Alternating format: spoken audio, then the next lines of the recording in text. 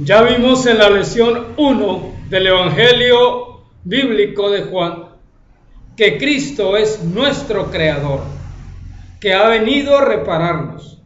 En este segundo estudio vemos en el capítulo 1, verso 17, que el conocimiento de lo que es el pecado vino por medio de la ley de Moisés, pero que el verdadero conocimiento acerca de Dios, nuestro Padre, y su perdón gratuito para todos los seres humanos de todas las razas, de todos los pueblos, de todas las lenguas, de todas las naciones, lo vino a traer nuestro Señor Jesucristo. Él es el unigénito Hijo de Dios que nació en Belén de Judea de manera sobrenatural por el Espíritu Santo. El apóstol Pablo, el último de los apóstoles escogidos por nuestro Señor Jesucristo para transmitir sus enseñanzas, explicó muy bien este asunto de que por medio de la ley que antiguamente Dios entregó a su siervo Moisés en el monte Sinaí, que por el conocimiento de esa ley es el conocimiento del pecado. Pablo lo dijo así en Romanos capítulo 7 y el verso 7. Hasta el verso 24 él dice: ¿qué diremos pues? ¿La ley es pecado? ¿La ley es mala? En ninguna manera, de ningún modo. Pero conocemos que aquello que se llama pecado es la transgresión de la ley. Pecado es pensar neciamente. Pecar es saber en la conciencia qué es hacer lo bueno y no hacerlo. Pecar es conocer qué es lo indebido y hacerlo. Porque conocemos qué es la codicia, dice Pablo, gracias a que la ley dice: no codiciarás. También sabemos que no respetar a los padres es una transgresión en pecado.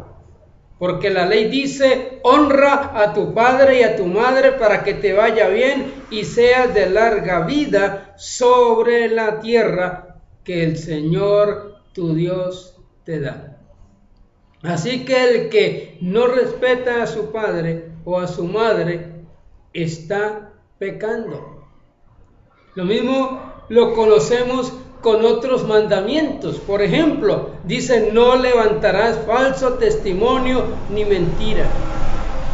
Y todo aquel que miente, que jura falsamente, está transgrediendo la ley de Moisés. También podemos mencionar otros ejemplos. Cómo el pecado en forma de deseos descontrolados habita en las pulsaciones y la libido del cuerpo humano, y tomando, dice Pablo, ocasión por los mandamientos mencionados, como el mandamiento de no codiciar, con esta ocasión de estos mandamientos produce en toda persona codicia y pecado.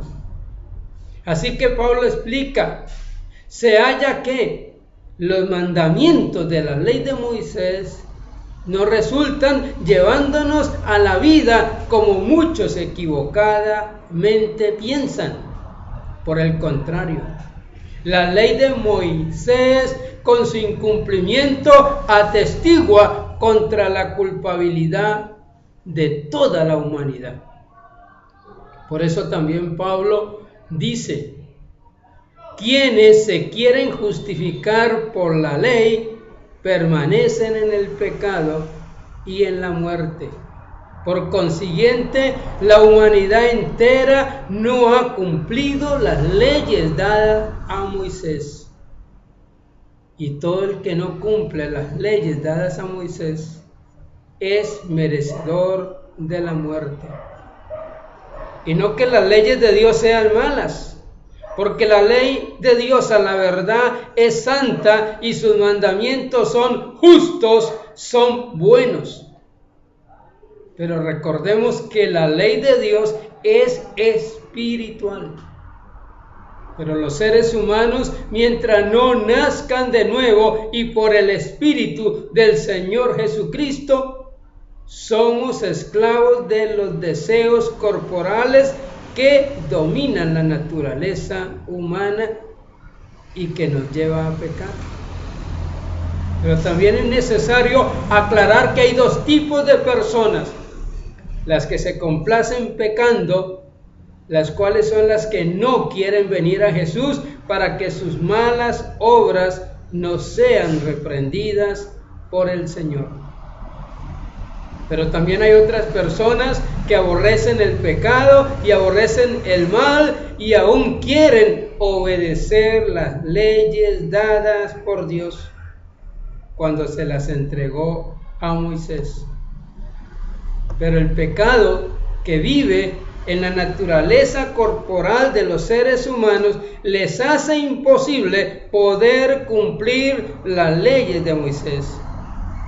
Porque, por ejemplo, no tendrás actos sexuales fuera del matrimonio, dice la palabra, y sin embargo, ¿cuántas personas lo hacen?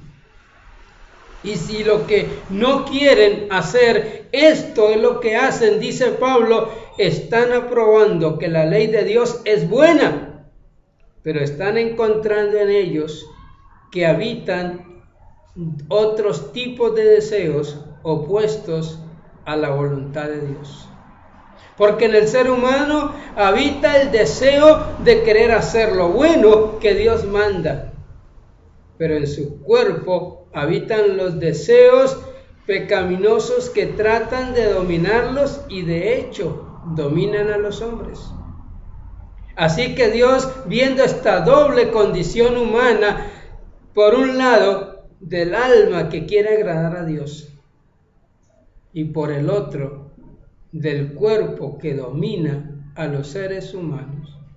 Por esta causa es que dice San Juan 1:17, es que Dios decidió enviar a su Hijo Jesucristo para que por un lado, con su vida santa y su sacrificio, perdonara gratuitamente los pecados de toda la humanidad.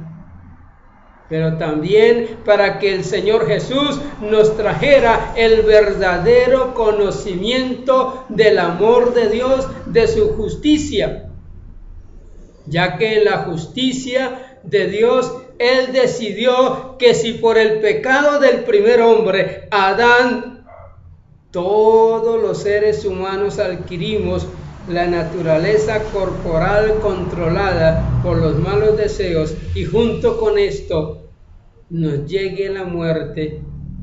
Así también en la justicia de Dios, Él quiso que a través de la vida virtuosa de Jesús, sus enseñanzas, su sacrificio y su espíritu, nosotros recibamos una nueva naturaleza espiritual. Así también en su Hijo único, santo y sin mancha. Así pues, Dios nos ofrece gratuitamente y a todos los seres humanos, de todas las razas, de todos los pueblos, de todas las lenguas, la oportunidad de una vida espiritual. Ya que la Escritura dice, de modo que si alguno está en Cristo, nueva criatura es. Las cosas viejas van pasando y aquí todas van empezando a ser nuevo. Recibamos pues la esperanza de ser eternos con nuestro Señor Jesucristo en su mundo maravilloso llamado el reino de Dios. La ley y el pecado vinieron con la ley de Moisés, mas la vida eterna y el perdón y una vida libre de maldad nos llegaron en nuestro gran Dios y Salvador Jesucristo.